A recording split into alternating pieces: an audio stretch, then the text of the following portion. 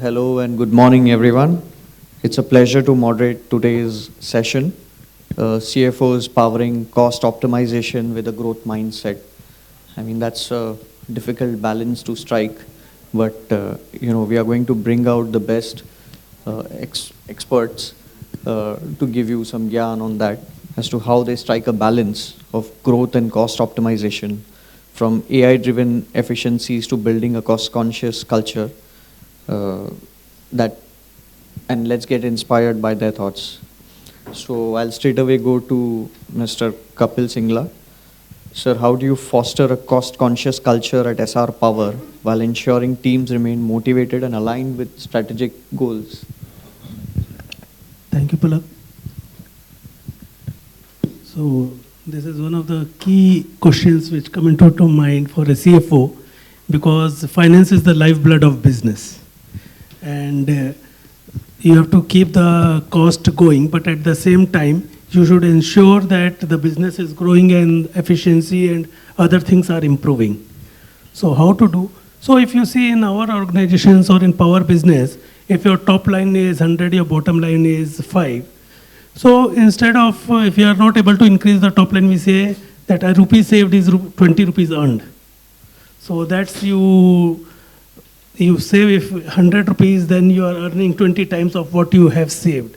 So there have been various measures and means where we try to save the cost as well as do some transformation or optimization, increase in top line and the bottom line. The way is you have to incentivize the employees maybe.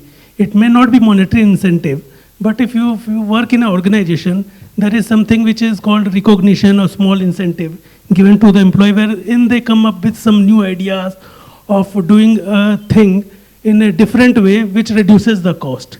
Similarly, if you are running a power plant, if you see the power plant is a real-time basis and you cannot store the power. So the power plant, generally the power grid is operated in 15-minute slot. So 1 hour there are 4 slots and there are 96 slots in a day, full 24 hours. So if you are operating a plant at a particular level, there are some variations, means some plant may trip down at some point of time in the entire country. And we have the entire grid connectivity, which is called the entire interstate lines are connected. So we maintain that if some plant is shut down, so there is some constant monitoring, AI, wherein some engineers monitor the entire grid frequency. So there is a particular frequency on which the entire grid has to operate. If the grid is coming down, so that means some plant in the country is shut down, you inject more power to the grid, you get 20% more than the regular price. It's like dynamic pricing. Like in Uber and Ola you have. If you go to the airport, you get a higher price for booking a cab. Similarly, it works in power sector also. So if you are able to track that on a real-time basis, you earn more.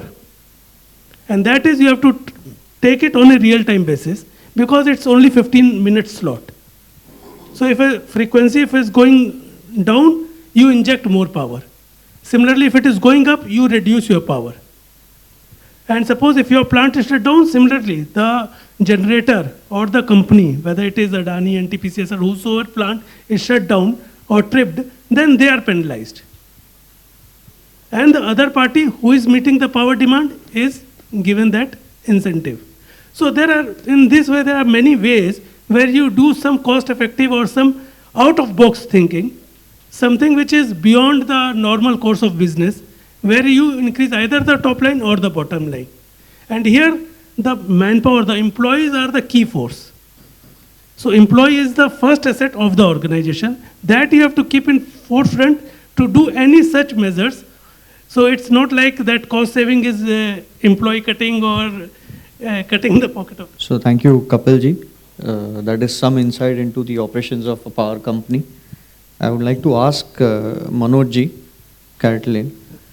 Sir, CFOs are very unpopular in an organization, especially amongst the employees. So how do you strike a balance in this cutthroat competition world where you are, e-commerce and... So I will just merge your earlier question and this. So essentially balancing between cost optimization with growth and taking care of people. So I will answer in three parts. First, when it comes to cost, it is traditionally we used to think, okay, there is a problem, CFO is there, you just talk about cost, reduce the cost, why is that, ask questions to all the department. I think gone are the days. That type of strategy never worked in today's world. I think the way CFO should think is about you are not responsible only for cost. While normally it is seen in the organization, okay, CFO's job is to drive cost and there are people who are supposed to drive sales. Now, if we change our mentality from cost driver to P&L drive, which includes growth itself, right? The biggest one is the top line. And if we are able to think in total where we are accountable for sales as well and the profit as well and obviously cost as well, and then we are able to think 360 degree, and that's where we are able to take the right decision. So CFO should be having a growth mindset, and if numbers happen, the top line happens, many times all the ratios are corrected is my experience. Second, around the people, I would say that one thing which should be very, very clear about, organization should be very clear about the strategy for their people hiring. Sometimes company is growing and and every organization faces this. We are in a mad rush of hiring. Okay, we are growing. Next 3 years we are going to double down, triple down the sales, hire 100 people, 200 people. And that's where we make mistake. And that's where sometimes we have to take harsh decision we will not hire replacement, we will have to cut people and all. Like if you are always able to keep highest level of discipline in terms of count of people, and we are able to create a lean organization, then not only we are able to reduce the cost, we are able to grow the people also. All the annual increments and all. So this is how I would respond. Thank you. I'll go to Pradeep Nimani, Red Chillies Entertainment. So, your business is more of a kind of innovation and creative innovation segment. So how do you strike a balance there with the need for strategic cost optimization? Thanks, Palak.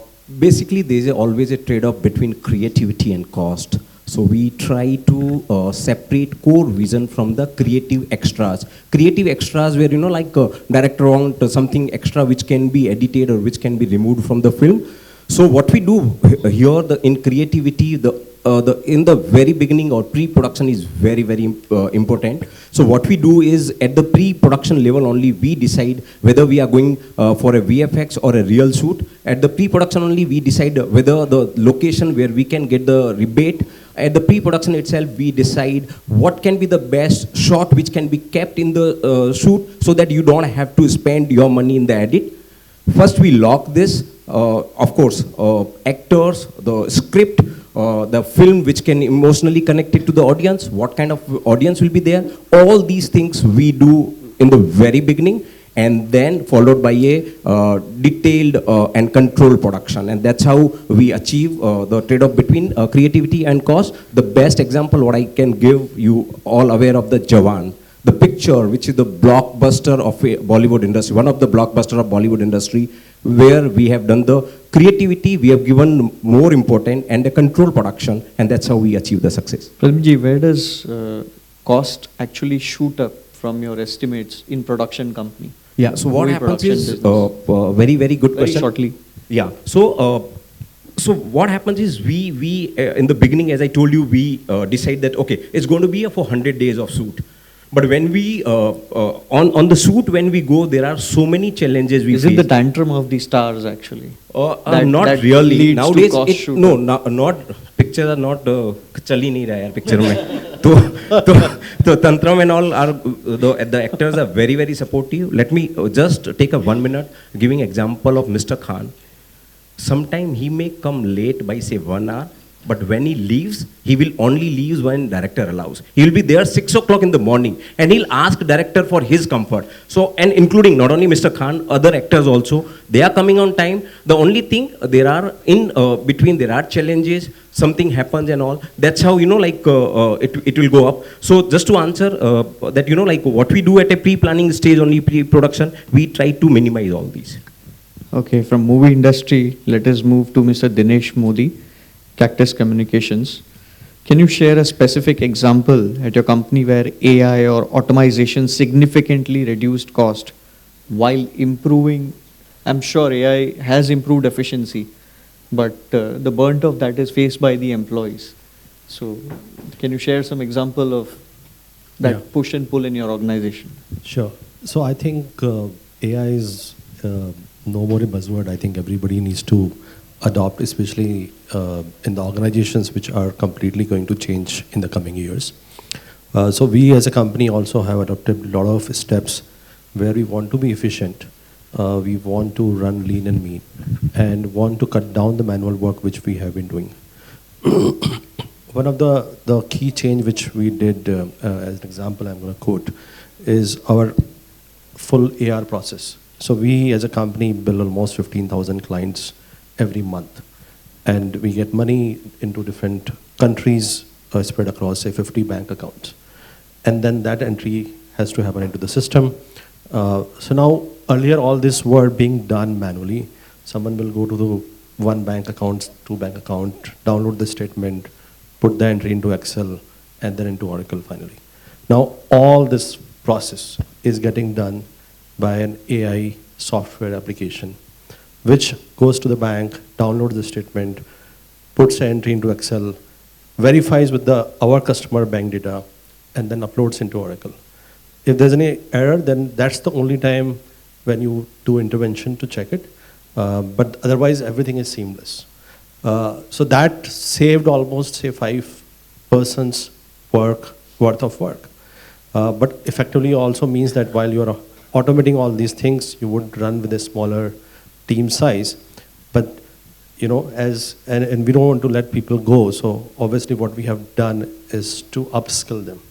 And that has been one of my focus, that, you know, my team remains ahead on the AI learning. And there's a special focus for all of us to learn AI. And because that's the only way you can balance between the cost optimization and ensuring your people are becoming more critical and stay relevant to what's happening in the current world. Okay, thank you for that. I'll go to Mr. Ashish Agrawal. So as a director of Resurgent, how do you guide organization to prioritize resource allocation based on ROI and enterprise goals during reviews? So some examples also, if you can share. Yes, so first of all, thank you very much to BW for giving this opportunity to discuss on the various aspects from the finance function or CFO function actually. So friends, if you see, we are talking cost optimization actually. So I'll say there are 2 things are important from the cost optimization point of view, because everybody will believe that there should not be a cost optimization based on the reduction in the growth actually. So this should be, it should go hand in hand. Whenever we are talking any cost optimization, this should link with that growth also. So transparency means if we have transparency in the system and everybody is aware about the whatever the cost optimization aspects are there. And another is the sharing of whatever our cost saving targets are there versus whatever the spends which we had earlier. This can help to percolate this thing in each and every person or every department in the organization. Or as a finance department, if we can see whatever the role of finance department, if we can create a real-time dashboard as a CFO function and all, in the organization where all the employees, all the departments are aware that whatever our spends are there and whatever the budgets are there, that will definitely help, and nobody will have the surprise, and everybody will be the part of the system, that they will believe that this is their duty and their responsibility also. So I'll say that real-time, I think dashboard will help to optimize the cost, whatever the spends we are having and whatever the budgets are there. So in our organization, if we see, we are in a consulting organization actually. So in our organization, there are 3-4 major cost areas are there, and how we are managing it actually, if you see, in consulting organization, the employee cost is the highest percentage in the overall cost of the organization. And the second is traveling cost, because people travel a lot at various places for meeting with the clients and the investors. And third is the data subscription, because we do a lot of research, so we have to subscribe a lot of databases and all these things. These three major costs are there. Then the administration cost is also there, but that is not such big actually. So if I go one by one in all these three areas, if suppose I have a department where 50 people are working, actually, if you see on the employee cost side, how we optimize it actually, we see the last year monthly, quarterly, yearly numbers, that what was the cost and what was the outcome of these employees in the overall cost or revenue structure. And whenever we are hiring the people, we are believing more on the variable structure rather than the fixed structure actually. So in consulting organization, this way we can optimize our growth, or we can have the better growth or better revenue numbers. And the people are also motivated that they will perform more better, more, then they will get more also. So this is one area where we have created the metrics in the organization. For every level, this will be the structure. Many times we face some kind of resistance and hurdles when we are hiring the new people, that they are, I think everybody is believing that there should be a fixed part which should be good enough and all basically. But we have, in last 2 years, we have convinced 20-25% people who have joined recently or in the last 2 years that they are agreed on the structure. They are very happy that when they are performing more, they are getting more actually. This is one area. And they are very small examples. I think everybody will following it actually. The second area is on the whatever we say traveling.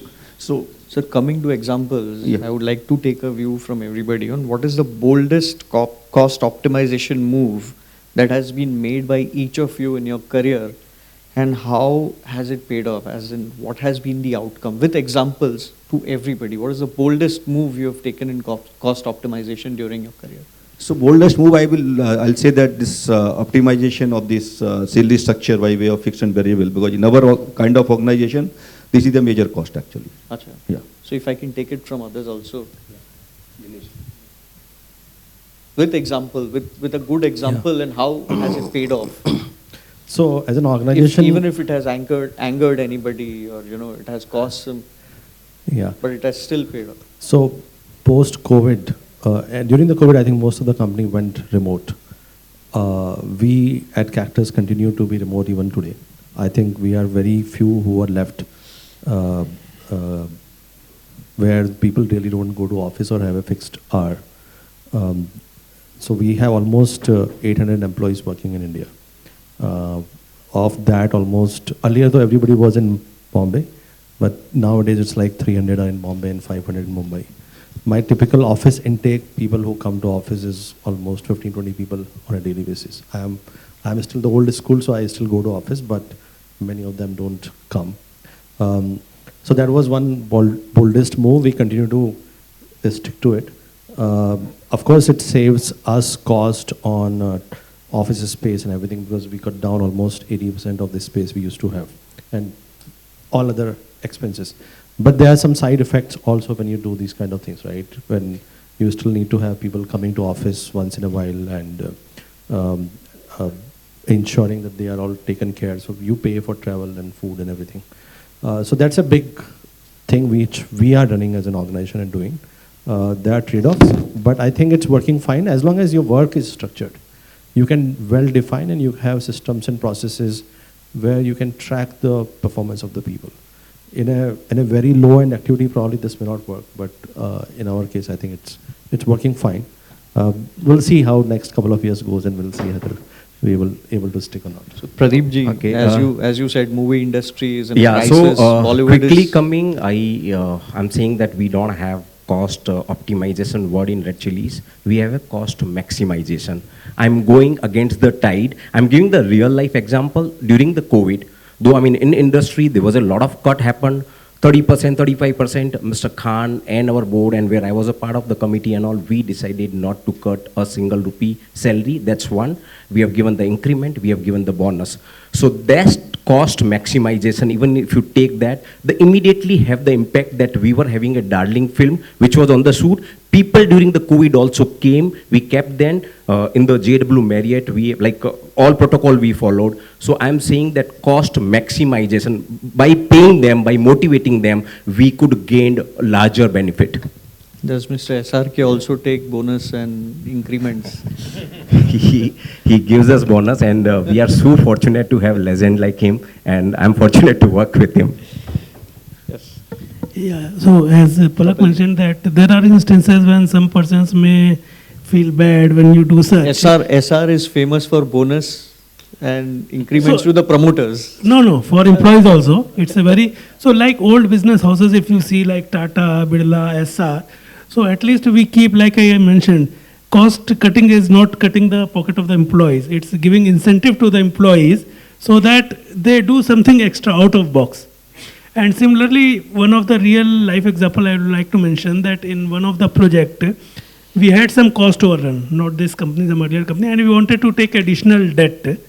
And the existing lender was not giving the additional debt, even he was raising the interest rate on the existing debt, which will increase the entire project cost and all. I got the entire debt refinanced along with the additional debt by reducing the interest cost by around 2% of 2,000 crores. So that is a massive saving. Means you are getting additional cost, additional debt, and a cost reduction of 2% over 2,000 crores means your entire project cost gets trimmed down.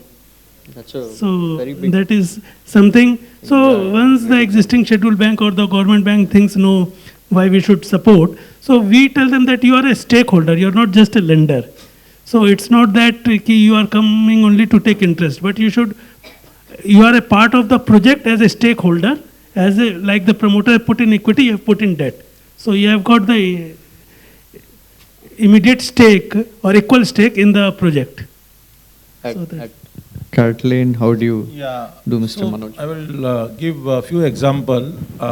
In retail business, one of the biggest investment we do in the store building, store build. But right? now the stores are gone. I mean, your big investment is into e-commerce and But in jewelry, at least e-commerce is there always, and we have invested enough. But in jewelry, people will not buy online. You have to come to store. So, in terms of per store capex, we used to always inspire to get a very fancy store. But we get a challenge to our team that how can we still have a fancy store with lesser cost, and there are so many ways to get that. And sometimes it is just inspiration. So we did very good amount of saving there. Second example I want to do is that we also have a large franchisee business, so we also keep store under franchisee, and the entire revamp in MA commission, the structure, there was a lot of saving without impacting really the emotions of all our partners, and show them the long-term path. In jewelry, third biggest cost is the inventory. So in terms of using a lot of tech, in terms of what inventory, which inventory, how much quantity we need to keep at which store, we were able to put a lot of efficiency around it. And one more example I would want to add is that in retail businesses, while you can have best of the successful model, there are stores which do not perform, and sometimes as against growth, we need to take hard calls to shut them down, and we took that difficult call, and we keep doing that. what is as the a process gestation now. period for a store that you keep? 2 years, like 2 years you have to take your money back and become profitable, at least max 2 years. And if it is not showing any sign, just be brutal to shut them down. So that is So all one the thing. employees lose their job. No, normally we have a large part of people in our, large part of stores in our city. So we are normally able to move them around. Thank you. That was a great discussion. I think a lot of insight has come out in each of the businesses, from entertainment to power to Cactus Communications, retail. So thank you everybody for being so patient.